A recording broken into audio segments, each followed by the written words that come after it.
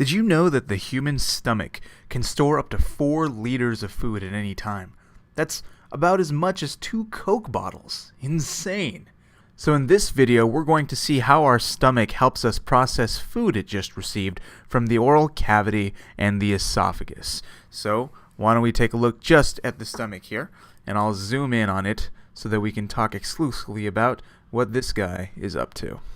The stomach is primarily responsible for 3 steps.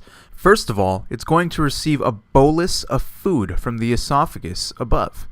This bolus is just food that's been turned into a sphere that can now be processed. Then the stomach can do 2 things here to help process the food even more.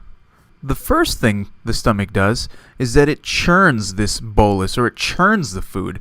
The muscular walls of the stomach here allow it to compress down and break up this food even more.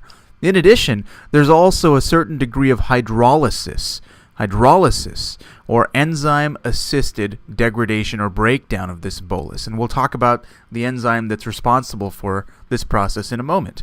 And then finally, after we do all these things, we receive a product that's called chyme. Chyme is just a mixture of whatever the bolus has been broken up to, including the gastric enzymes and juices that we've used. And then the food is going to actually just stay here for a little bit, because the stomach also stores food. It'll store the food until it's an appropriate time for the chyme to be squirted into the duodenum, or the first part of the small intestine, to be processed. And that's why we can store up to 2 to 4 liters of food at any given time. Now, what about the anatomy of the stomach here? How do we release these enzymes and break down this bolus? Let's take a look at a little bit of gastric anatomy right about there and see how it's responsible for the breakdown of food here. We can imagine that the stomach is lined with all these infoldings of the gastric wall that help to increase the surface area. And in doing so, there's actually a layer of cells that sit around here. This layer of cells actually secretes a lot of the components of the gastric juice we're going to see. And it's nicely ripe with a ton of important components. And the main thing to remember in the stomach is that there are 3 types of cells that are involved here. The first type I'm going to talk about are called parietal cells. Parietal cells.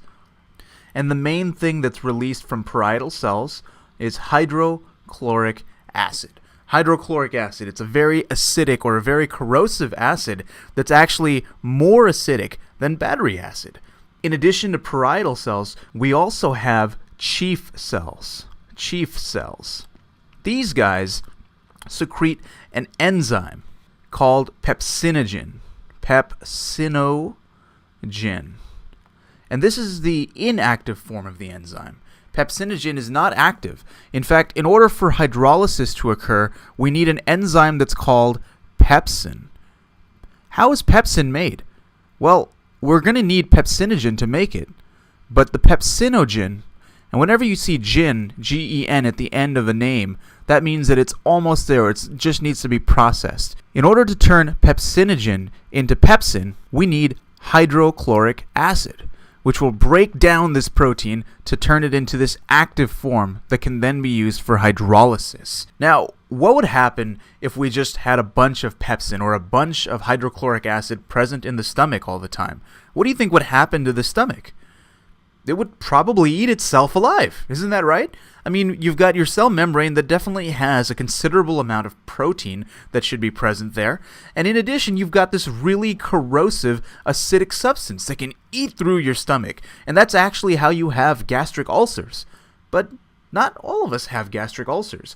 What do we also have in our gastric pits right here that help us prevent gastric ulcers from occurring in the first place?